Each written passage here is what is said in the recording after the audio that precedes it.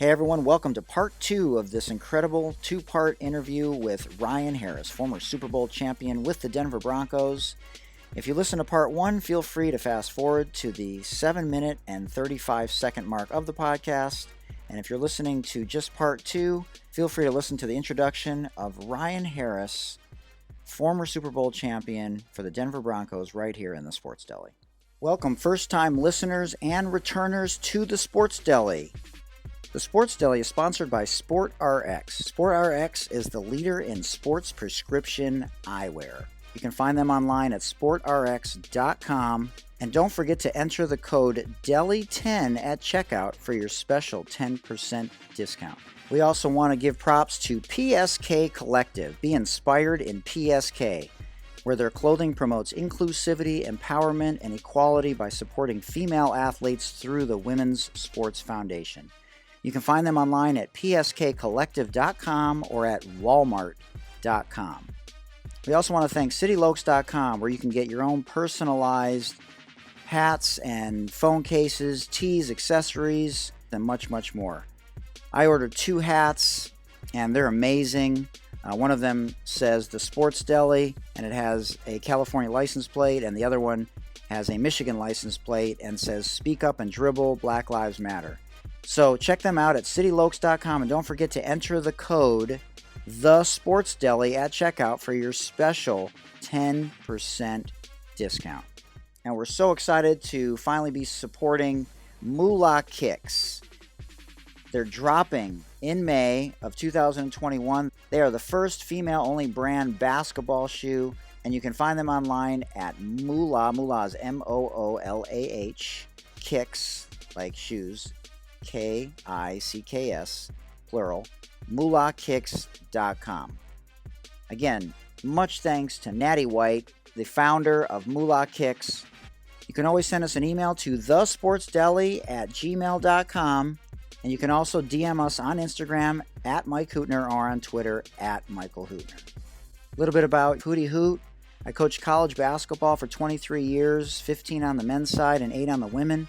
And I now coach at a low-income, first-generation high school girls basketball here in San Diego. I played 4 years of college basketball. I'm a life coach.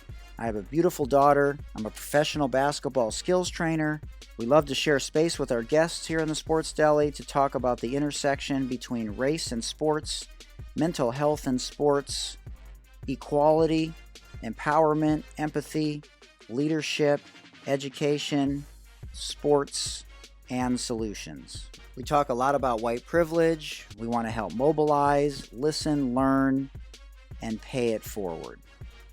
Remember, your voice matters when fighting systemic racism. Read a book, acknowledge your white privilege, watch a movie about institutional racism, call your local or state representatives, and or have a conversation with someone that doesn't look like you.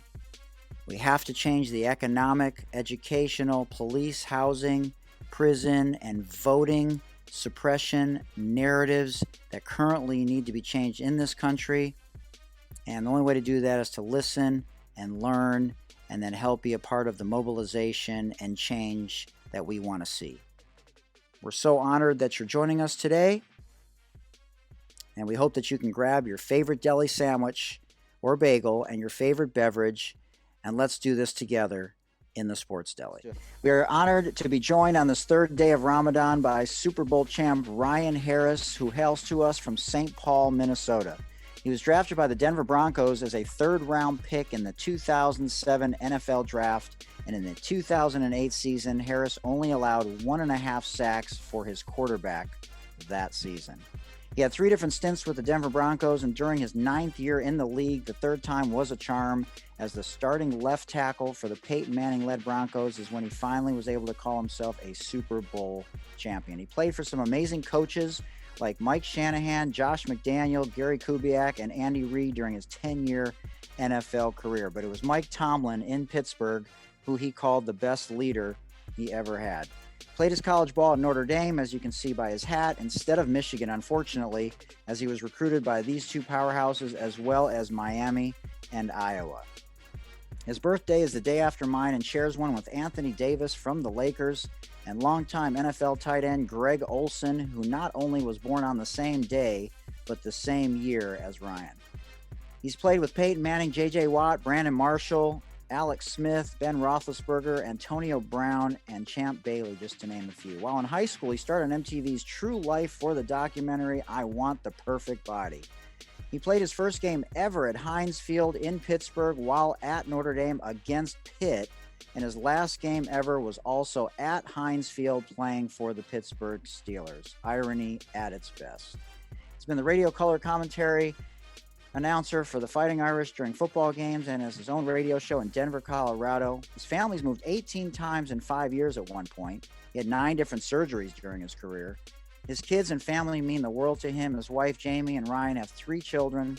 And among his charitable work, Harris is involved with Big Brothers and Big Sisters of America and Wish of a Lifetime, which helps seniors eliminate feelings of isolation and have more purposeful life. He's also founded the Education for Elevation campaign, a program that sent 6 youths in refugee camps to university here in the United States. He learned how to breathe from an MMA coach to learn how to lengthen his breath because Peyton Manning's system required him to run more plays more often. And you don't want to miss later in the very famous Rapid Fire This or That segment, Ryan's answer to the question of what was Peyton Manning's biggest practical joke ever. Mindset for Mastery is a book he wrote that you can find on Amazon.com. Talks about how to find your greatness based on your mindset. He's a part of the Altitude Radio Network in Denver, where he hosts. He's a devout Muslim and believes wholeheartedly in forgiveness. He loves surfing and reading and believes in celebrating the little successes in life, whether it's flossing your teeth or choosing your meals. He learned to be comfortable from embracing the uncomfortable and is a copious note taker. He's been a speaker for talks at Google. He believes it is your right to be extraordinary. You can find him at ryanharris68.com, which is his website.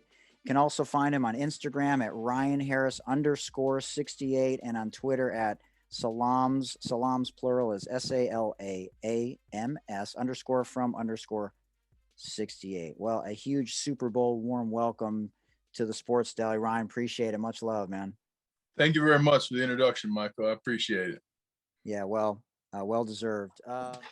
Got that Notre Dame hat working. That's what I'm talking about. Hey, man, got to. Enjoy part 2 of the interview with Ryan Harris right here in the Sports Deli. So let me ask you a question. So you play with Jay Cutler. Yeah. There's a lot of people, including myself, that didn't necessarily like what he had to say or what he believes. You know, Brett Favre also. At least he's somewhere in the middle, I think. I've been hugely critical of Tom Brady. And Doug Gottlieb, who came on the show, you know, he said he doesn't have to say anything. And you're right. I don't care what his affiliation is. I care that he appears to be tone deaf and that he's getting a pass. And it's frustrating. I think Kevin Durant got a pass too. But so it does go both ways. But it's more at this point such a bummer. I don't care that he helped Antonio Brown. I mean, I do.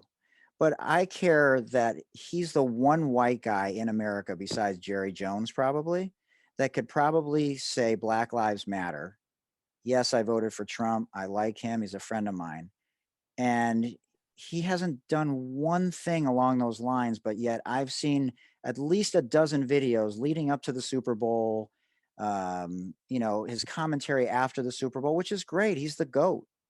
But man, like what, in my opinion, he's on the wrong side of history when it comes to advocating for what he might be doing behind the scenes to educating white people, because this is part of my point. White people listen to white people and Black people listen to Black people. Not always, but most of the time. And I just think that he's blown it big time in this regard. And, you know, I don't know what you think about it. It's just a bummer more than anything, I guess. You know, being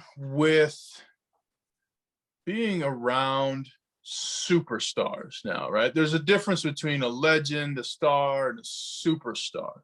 Yeah. A superstar longevity has its place, right? I do think it's powerful that Tom Brady had end racism on his helmet. I understand and 100% hear someone saying he could have done more.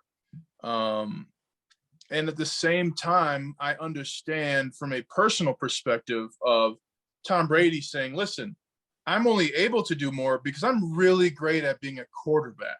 Like, where are the politicians who are really great at politicians solving these issues, right? Where are the well, that's I can understand though from a human perspective of Tom Brady saying, listen, I'm giving 10 hours a day to football. I got 3 kids. I have a wife. Like, I understand people's expectations and wants of me, but I can't keep this platform if I suck at being quarterback. So I understand what you're saying, and I understand also, the human aspect. And absolutely, I think all of us have learned that we each need to do more, whether that's me doing more in conversations, engaging with people who I might otherwise have said, hey, this is not acceptable.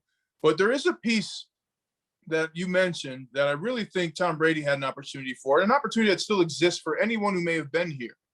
There's been nothing for someone to say, hey, I voted for Donald Trump in the past and I was fooled, or I made a mistake, right? That may have been like, I had teammates who say, I'm voting for him because he's going to reduce taxes. And now what we see in terms of what the outcome has been, right? What the ends have been, that those means really have a different lens when you talk about it. Do they justify the ends? Does paying lower taxes justify, January 6th and things like that? There's an opportunity for someone who is who may even be Trump's friend to say, listen, I voted for somebody based on one issue that was important to me. And I've learned that my one issue is not more important than our greater good as a country.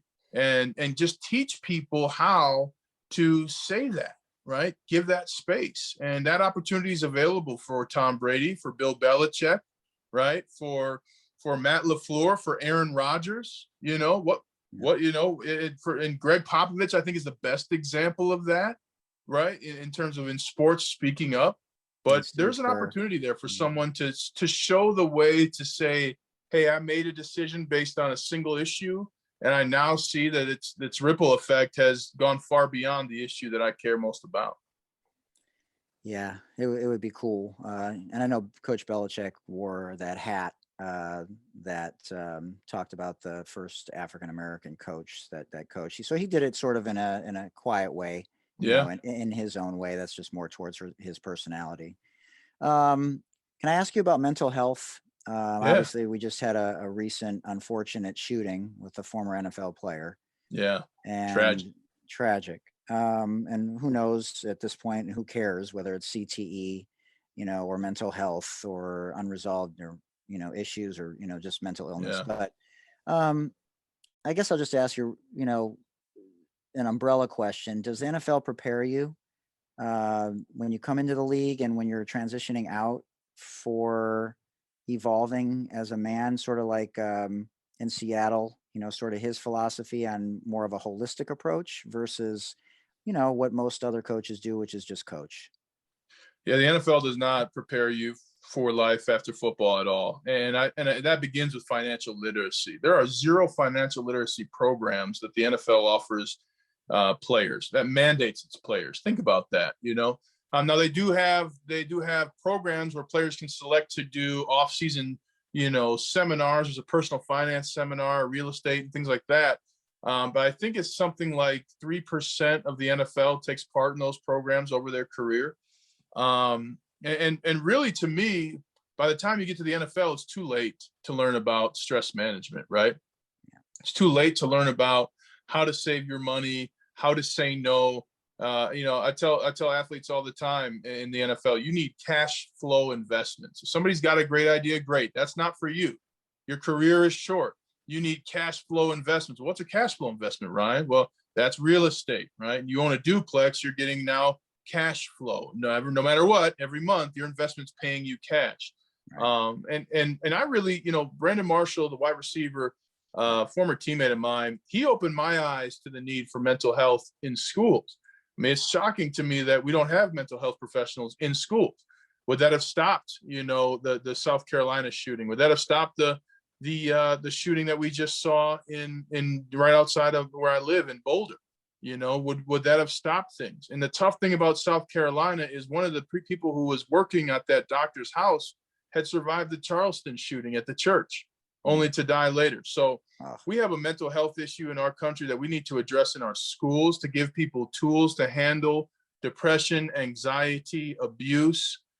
We also need to have more facilities for people to go to. I mean, the captain of my football team at Notre Dame in 2005, we almost went to the national championship, played in the Fiesta Bowl. He's struggling right now. Was in jail because of his mental health issues.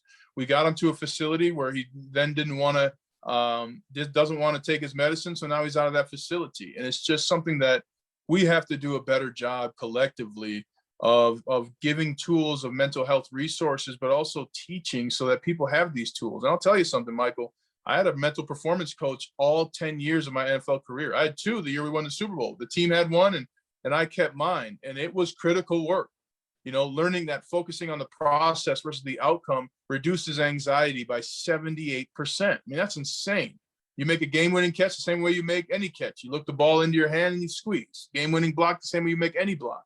And learning what's relevant and irrelevant. It's irrelevant to me when I'm in, you know, I used to get really pissed off when people would ask for tickets 2 hours before the game when I'm in the locker room. Well, now instead of getting upset, that's an irrelevant cue. I don't have to respond to that person. My relevant cues are my process and getting ready to play. And those things made me a champion. And we need to help each other in many more ways with mental health. And it needs to start far earlier. And we have to have many more resources. Is it less taboo now? Absolutely. Absolutely. I mean, I have friends who, you know, I just had a conversation the other day with a friend of mine. He said, "Hey, I had a weird day yesterday, but I thought I'd call you and you helped me change my perspective." And just to be able to say, "Hey, I had a weird day. I had an off day." You know, I'm a father of 3. Sometimes, you know, I don't get sleep at night. And so to be able to say, "Hey, I'm having an off day," without causing panic by the person that's heard it, I really do believe we've come to a new place. And so we just need more examples of saying, "Hey, I'm not mentally where I need to be." I think Kyrie Irving, you know, has done a good job of that in the NBA and faced some criticism. But hey, you know, his mental health is something that he's talked about. You know, we have a player here in Colorado, Ian Desmond, who talked about, you know, last year how with everything going on, he needed to be a bigger part of his community and making change. So mental health is something that all of us have experience with, and all of us need the tools to be able to focus on process and to be able to handle our failures, knowing that that's the way to success. Yeah, it's a great point about failures. And when people want instant gratification, this is not a process that's going to happen overnight. Right. You know, some of the things that people have been through, especially in sports, you know, the same thing that helps them succeed is also their downfall, potentially. And the process takes time. So yeah, it's definitely very interesting. At least a half dozen people that have come on this show have either attempted suicide. You know, Shea Hillenbrand, former Major League Baseball All-Star, talked about how he was basically dead. And now he's changed his life and he's trying to, you know, talk about leadership and pay it forward and help people. But I'm glad it's not as taboo as it was. You know, I dealt with bouts of anxiety, and because I did the work, it went away. I don't even know why it went away, but that's just what you talk about in terms of the process. Eventually, if you're just doing the work every day and mindful and paying attention, that you find that, like you said, your vibrations change. Yeah. Well, I mean, yeah. Oh, go ahead. No, yeah, go ahead. Well, for me, you know, I used to have a fear that, you know, every game I was going to give up 6 sacks. You know, my first ever game was a Monday night game. I literally woke up and I was like, run, get back the money. You're going to get Jay Cutler killed, you know? And it was about 2 years after this, you know, that my mental performance coach said, "You know, Ryan, you tend to think that you're going to give up 6 sacks every game. Has that happened yet?" I was like, "Well, no." He's like, "Okay, so you need to understand that that's a part of your process." So then when I felt nervous, I'm like, "Oh man, I'm going to have a great game because I'm in this space where my mind's nervous." Like you and I, Michael, we don't get nervous eating our favorite ice cream because we know what to expect, right? But when you're in this place of growth, you're going to get these feelings. And instead of listening to them or believing them, I began to understand that as a part of my process. And that was just one small thing for me that helped me get over performance anxiety and self-doubt. Yeah, you created a new narrative. The first 5 seconds is the same as the last 5 seconds, or your unexpected situations are to be expected, right? Right. And so that's the new normal. How was it playing with Jay? He was the quarterback who I did not name in the intro, for those of you that were wondering. How was it playing with him when with someone that has diabetes?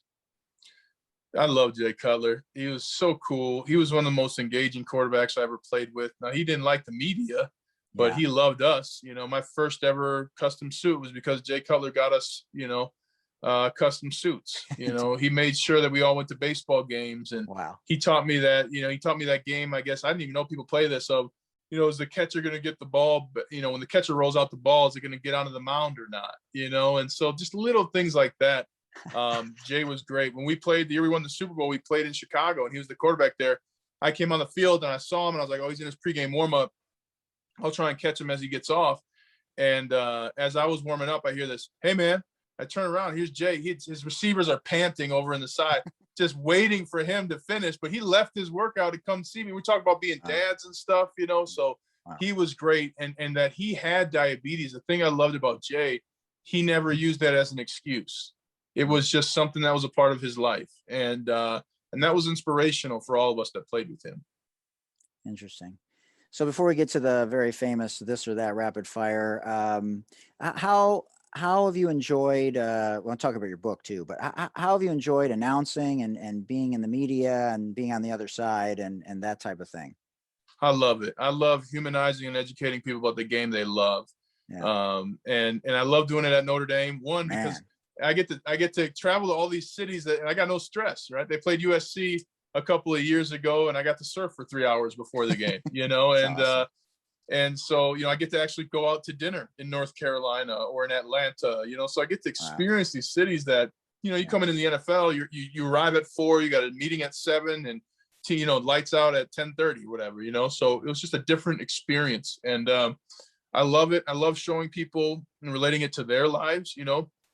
We have right now, Jamal Murray blew out his ACL for the Denver Nuggets and may have drastically changed their championship chances. And I said, everybody thinks he's just going to assume to be okay, but Jamal Murray's going to be alone, right? And no matter where you're working right now, if you were taken out of your workplace and people knew you still, but you didn't get to go to work, you would feel differently.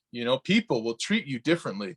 And showing that and kind of breaking down a comment. Or my favorite is when a GM will say, Sam, earlier the Jets GM said, Sam Darnold's our quarterback right now. And that's how things are. And I said, well, let's take that to your life. If you said, this is my wife right now, and that's the way it is. Like, would my wife like that? You know what I'm saying? Am I really endorsing my wife? So I love kind of bringing up those little things and helping people read between the lines. That's awesome. So tell everyone about your book and the importance of that.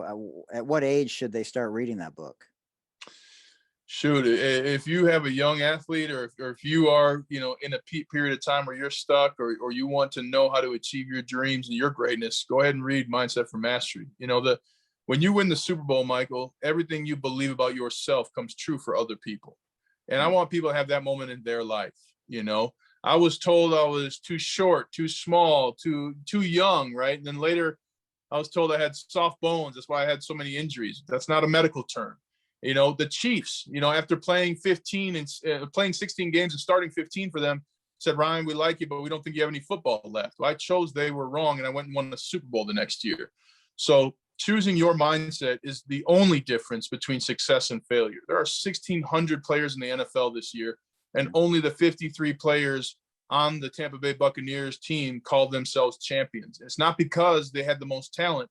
It's because they chose to overcome their obstacles, chose to put in the work, chose to be willing. And so I had to choose my mindset at an early age by using the words I am, I can, I will. And that gave me a process for when I failed. And I just wanted to share, we talk about failure, Michael, less than we talk about sex.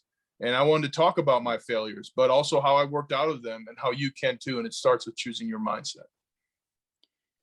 So the Bucs were 7-5. The Broncos were a couple years removed from that devastating loss, in the playoffs to Baltimore, right? Yeah. was there a moment during your Super Bowl run where, people had criticized Peyton Manning's arm? How because he was really at the tail end at that point. It was all or nothing for him. How was it?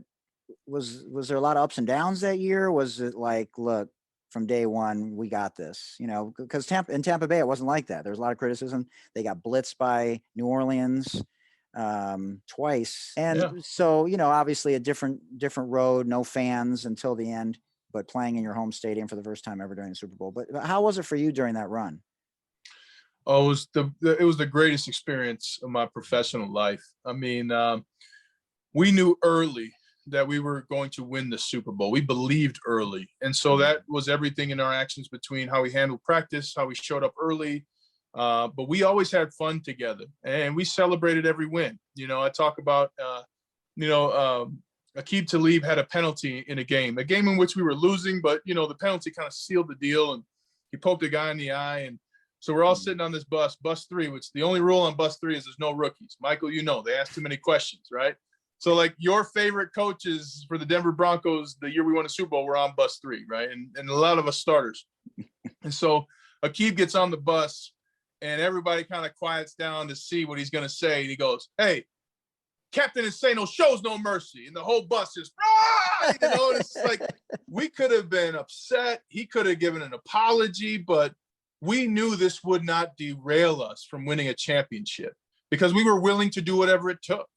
We were willing to lose and to learn how to get better. That didn't frighten us. A lot of teams, when you face adversity, they get scared to say, "I need to get better."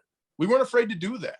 And so we had fun all the time, and we still have fun. I have some of my former teammates on my radio show, and the joy is you can just hear it as a listener.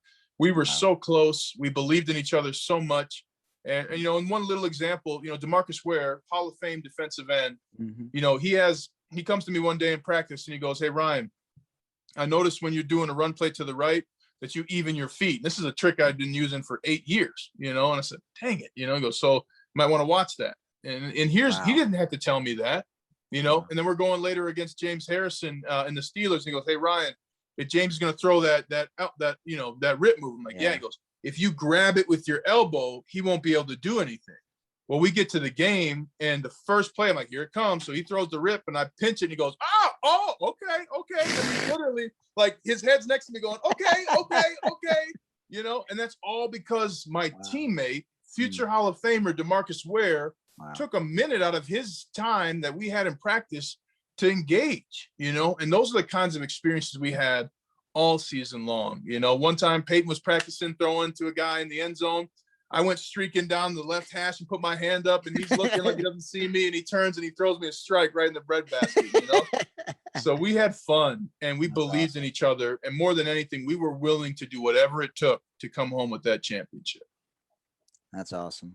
Okay, let's get to the rapid fire, and then we'll leave the floor to you if there's anything else that you want to share with everyone that listens. We've been in 25 countries. We've really been honored to share space with so many amazing people. Some I've mentioned, but really, it's important that we keep the conversation going between these intersections of race and sports and mental health and white privilege, and finding more commonalities and trying to help mobilize and change that narrative. Okay, so you played both tackle positions. So left or right tackle? Left. Of course. That's the one you won the Super Bowl. I was just a better left tackle. This was always funny to me, but I like being on an island. I got it, Coach. Yeah, it's interesting. We had Jen Welter on. We've had Colette Smith. We had Jennifer King, and I watched something where there's so many. And one of my former players for girls basketball, I coach at a low-income first-generation high school, and her brother is with the Giants on their practice squad right now. And his dad told me that they teach so many techniques. Like, it's not just 3 or 4 now, like when you're in the trenches. Like, there's so many different things, tricks that we could probably just talk about for hours on end that would fascinate me. Best Peyton Manning practical joke. Oh, man. I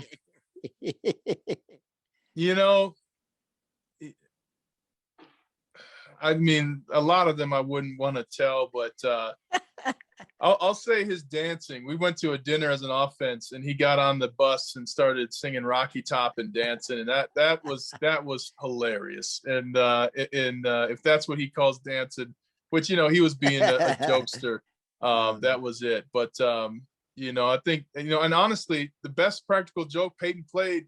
Half the time, defenses thought we were running a play. We had no play called. He had code words to say, so like if, for example, Michael, if I said, hey, if I mention any, jungle beast, that means there's no play.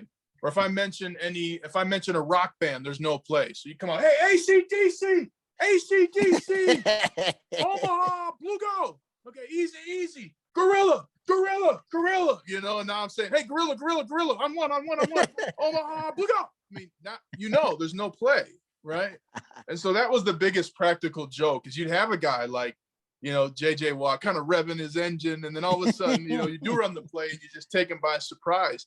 He created the element of surprise, and that's the greatest practical joke that he always played. That's hilarious. That's classic. So you never had your car towed? No. Thank God. Classic. So your wife pre-COVID or during COVID? My wife? Yeah. Yeah. I did this or that.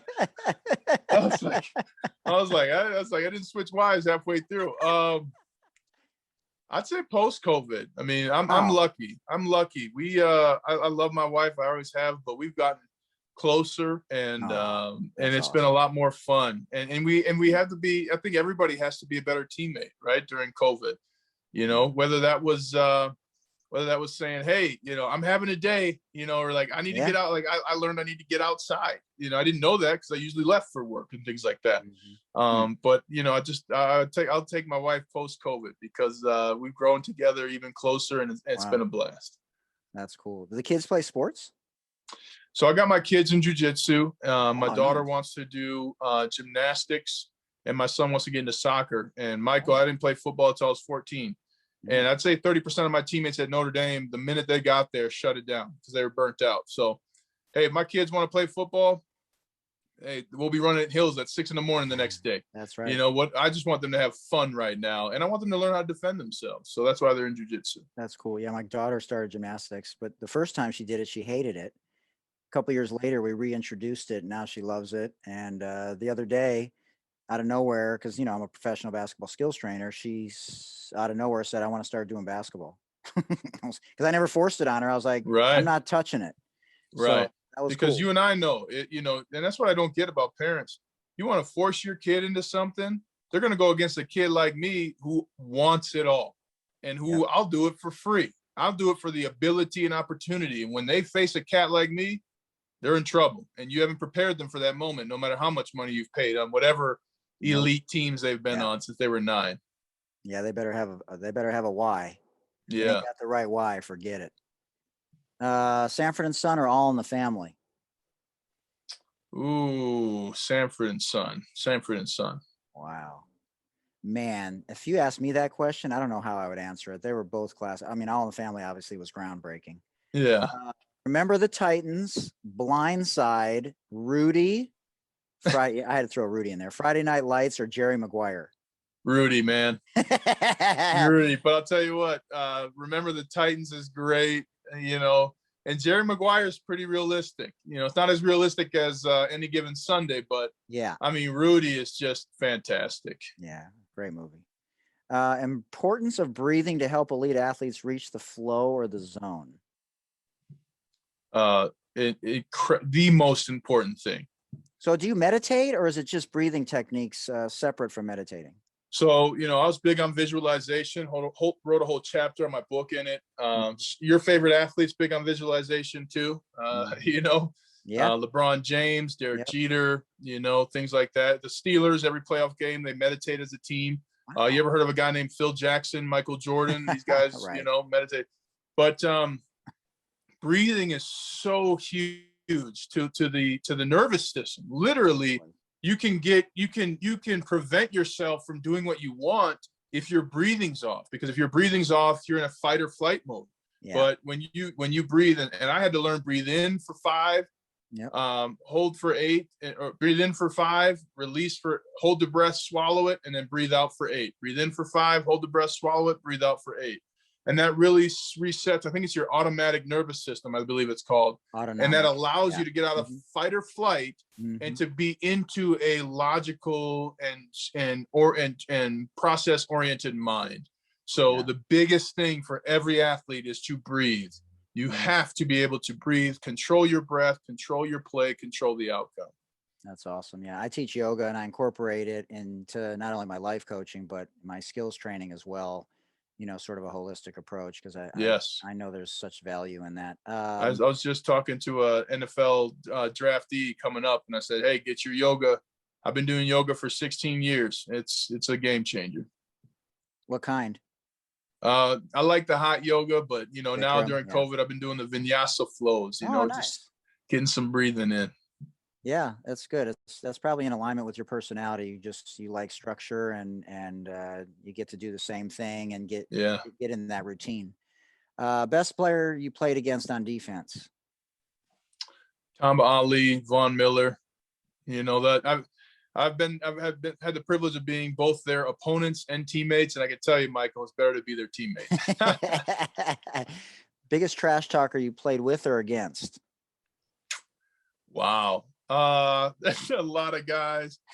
My favorite would have to be Vince Wilfork. He and I got into it pretty rough one time. Richard Seymour was pretty intense. He came up to me after I was talking trash to one of his teammates. He goes, "God don't like ugly, boy. I'm coming for you." It's like, oh my God, But Joey Porter takes the cake. He said some things that, made you think you were in a scene of Usual Suspect, something like that. So he said some things that were just, I didn't think no people could think that way. Wow, that's crazy. So Trevor Lawrence, Zach Wilson, Mac Jones, Trey Lance, Justin Fields. What are your thoughts on those guys? I mean, Trevor Lawrence, you can't miss. He will get better. He's probably got the worst footwork out of those top 5 quarterbacks. I'm a huge Trey Lance fan. Zach Wilson has amazing throwing slots, reminds me a lot. Chris Sims is kind of on the first of it, but he makes those arm slot throws. And there are only 2 other quarterbacks who kind of make arm slot throws, and that's Aaron Rodgers and Patrick Mahomes. Tom Brady's going to throw it the same way every time. Ben Roethlisberger the same way every time. But when you have the wherewithal, the breathing to see that I can adjust my slot angle and throw the ball, I mean, that's elite. So I like Zach Wilson, but to me, I think Trey Lance has the greatest opportunity out of this crop of quarterbacks to be successful. I think that Justin Fields is a fantastic candidate, a fantastic specimen, a former baseball player. But I called his game against Indiana in Ohio State. He doesn't run and play with the speed he ran the 40 with. He doesn't make real-time decisions in terms of reading a defense. And so I'd stay far, far away from Justin Fields. That's probably why he's listed as 5th right now. Not to mention no-look passes like Mahomes can make. That's a whole different animal. Warren Buffett, Steve Jobs, or Bill Gates? Warren Buffett, because I used to think he was Warren Buffet. He's the reason why I started investing, because this guy named Warren Buffett said, know what you own, know what you invest in. So I took $500 and I invested in Chipotle, McDonald's, Apple, and Google in 2008. Wow. And it was a game changer for me. It started me on a path of financial literacy that had me then later make more money in my career, because I told teams I didn't need the money. I needed what I wanted. That was market value. So 2 separate times I made more money because I learned how to invest from Warren Buffett or Warren Buffett. That's classic. So are you doing anything with NFTs or Bitcoin or anything like that? So I'm a big, again, cash flow guy. And so dividends are huge to me. But I tell people, own what you buy. If you have an iPhone on Verizon Wireless and a pair of Nike shoes, driving a GM on the way to Starbucks, own those stocks. NFTs are amazing when you consider future applications. And cryptocurrency is fascinating, not as an investment point of view, but from a future of payment point of view. I mean, this is really the first transaction speed change since the credit card. This will be the future in how people pay, including the rise of esports. You're going to get gaming tokens that you can then use to get your coffee. So that's the future. I like Coinbase a lot, and I like Ethereum. But don't start buying cryptocurrency before you buy Apple stock. You know what I'm saying? Right. Totally. Yeah, it's interesting. I'm going to talk to Jelani McCoy and Ray Young, the president and vice president of Media 34. Obviously, they're involved with, Matt Barnes and Jocelyn Rose and some others. But, the power of the black dollar is something I'm going to talk to them about, because that's something that is going into spaces, technology, and media that hasn't been penetrated before, and that's something that needs to happen, I think, and they're doing a great job of it. And people like yourself and things like that. Yeah, and look, how many people had to wait 2 days for the government's stimulus check to hit their bank account? The city that's going to win is the city that gets its own, like if it's a Denver coin that's just pegged to the value of the dollar, you're the state of Colorado coin, where you can get, your social welfare payments, or you can pay your taxes with this. Just the immediacy of the transaction is going to win. And whatever city buys in first is going to win big. Totally. Knight or samurai? Samurai. The Book of Five Rings is the greatest book I've ever read. It changed my life. It changed my career. And I cannot recommend that enough. The Book of Five Rings. Best conversations are in an NFL locker room or a barber shop? Well, I'd say the NFL locker room, because a lot of barbershop talk has zero facts to it. Once I became a broadcaster, my barber, he'd have these, he's like, man, you got to have me on the show. I got all these, I said, nothing you said to me has any evidence. You use zero statistics. These are all feelings you have, and in a locker room, I really wish that so many people had a chance to be in a locker room. Michael, it's just, there's so many people from so many places in the world, and you get so many perspectives. So, and you got guys who are super rich and young, and you got guys who are wealthy and old, and and they're on the same offensive line, or they're in the same huddle. So I'd say the NFL locker room. I learn a lot from a locker room. Muhammad Ali, Jim Brown, Kareem, or Jackie Robinson? I'd say Muhammad Ali. Jackie Robinson's a close favorite. You can't see it here, but after my senior year, we went to sing the 7th inning stretch at Wrigley Field on Jackie Robinson Day. Wow. And the Cubs let me keep the jersey, and that's one of my prized kind of possessions. But Muhammad Ali, I mean, he's a role model to me. The Viet Cong ain't never called me nigger was something that really, gave me a different perspective. And also his quote, I am the greatest. I called myself that before I knew I was. That was huge for me. That was the first time a world champion had also, talked about self-doubt. And what a lot of people don't know about Muhammad Ali, cities like including where I am in Denver, there are mosques all throughout this country because Muhammad Ali came to visit and didn't see a mosque for the Muslims. And so he built one himself. Wow. An incredible champion beyond himself, and a role model for many of us who have won championships in our sport. Fascinating. Why are there not more African-American announcers in football? Because you've got old producers who do not see the value in a diverse voice. And honestly, there's, who's helping an African-American play-by-play guy who didn't play sports, right? A lot of the play-by-play guys who are African-American actually played a sport, and there's also, it's interesting to me, African-Americans are some of the best. There's not a better play-by-play guy than Mike Tirico, period. Right. And you can go across the way. James Brown, I think is the best studio host. I mean, Charles and Shaq and TNT's halftime show. I mean, forget the game. When's the game getting to halftime? Right, I want to hear those guys, But to me, it's just a lack of foresight and a blown opportunity by a lot of program directors and producers. These are companies who even 3 years ago, you had to beat them into making a podcast. They don't understand what's happening. And they don't understand that companies that include and retain diverse talent have a 19% increase in profit. So I don't care what you think about people of color. If you care about money, you need people of color on your team long term. Same concept I talked about earlier with the movies. Speaking of movies, candy or popcorn at the movies? Popcorn. Another Muhammad Ali quote. We must whoop Mr. Toothdecay, you know? With butter? Nah, I'm not a No butter butter. guy. Wow. You said it earlier. Put a little milk duds in that. That's right. There you go, man. You know, pretzel M&Ms. Waffles, pancakes, or French toast? Waffles all day. My grandmother used to make them too with the sour cream and strawberries. Oh, you wow. know, get out. If you could have dinner with anyone that's ever lived or that's living now, who would it be? You know, probably Arthur Ashe. Wow. I just really think Arthur Ashe was such a pioneer in a different time, you know. And I loved his quote. They asked him once, who would you be, you know, who do you admire? And he said, John McEnroe.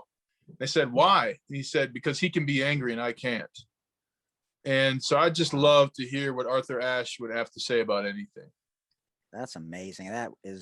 I would have bet $1 million it wouldn't have been him. That's incredible. That's classic. Amazing tennis player too.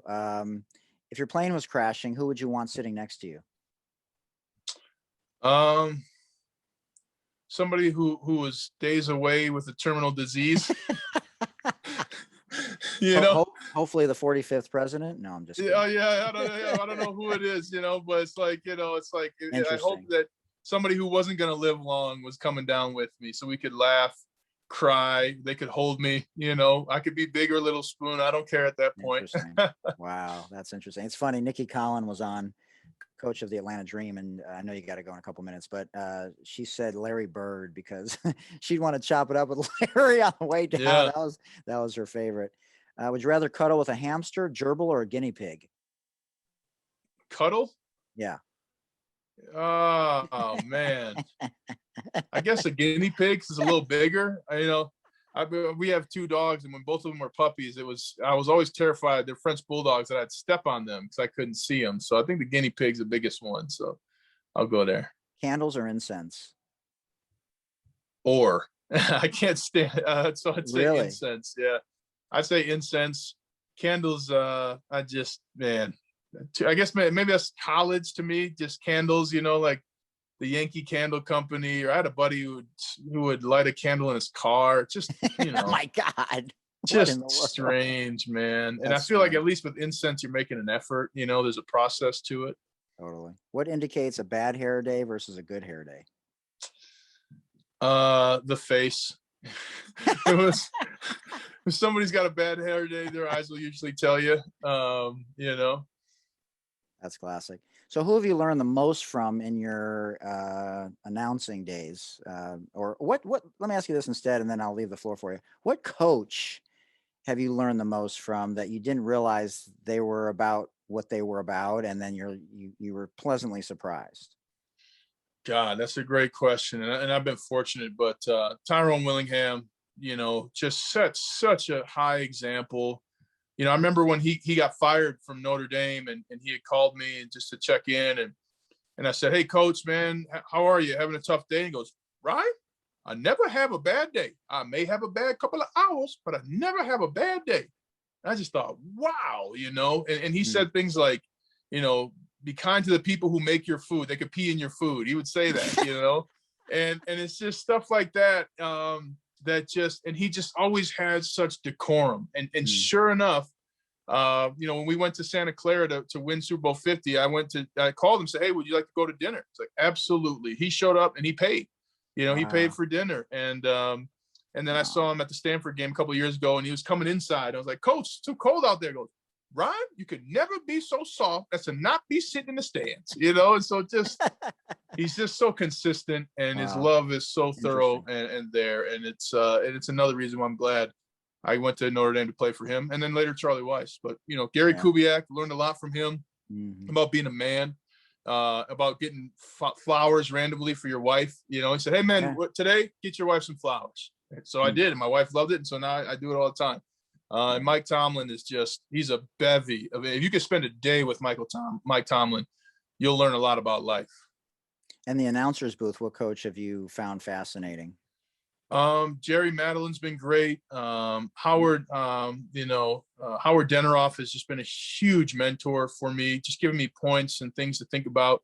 Wow. And then my co-host Scott Hastings, he and I are from different eras of sport. He was a world champion with the second Pistons run there with the Bad Boys. Yeah. But he's taught me a lot about listening, about perspective, and about what's appropriate to have conversations on in radio. And you know what, too, I credit Scott Hastings. He's willing to be wrong, and that's something that I think is a sign of a real man, and one of the many reasons why I love him. Fascinating stuff. Riveting, man. Can't thank you enough. I'm honored that you shared time with us and shared space with us, because you could be doing a lot of things. You're busy as heck. And, to trust somebody just because we met on Clubhouse, people have a chance to download the app, check it out. There's a lot of great things going on there. But anything else you want to share? I know you got something in 4 minutes that we didn't talk about, but loved having you, man. Yeah, just, thank you, Michael. Thank you for your courage to talk about topics that it's comfortable to ignore. Thank you for learning beyond the tools you were given. And thank you for giving a space for so many of us athletes to come and be ourselves. We don't get to do that often, and it's been a real pleasure to spend time with you, my friend. I appreciate it.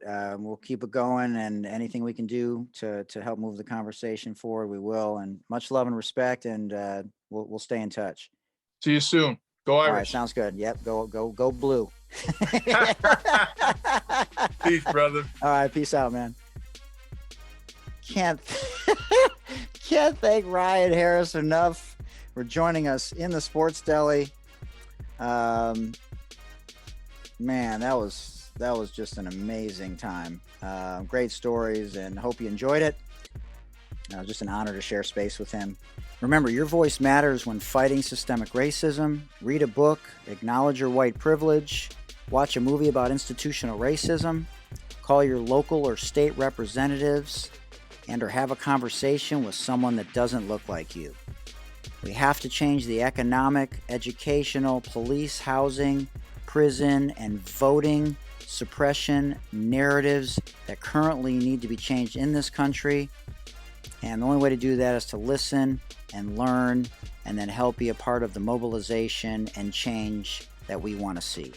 Remember, you can always send us an email to thesportsdeli@gmail.com. Until next time, please mask up still. Remember, Black Lives Matter. Peace.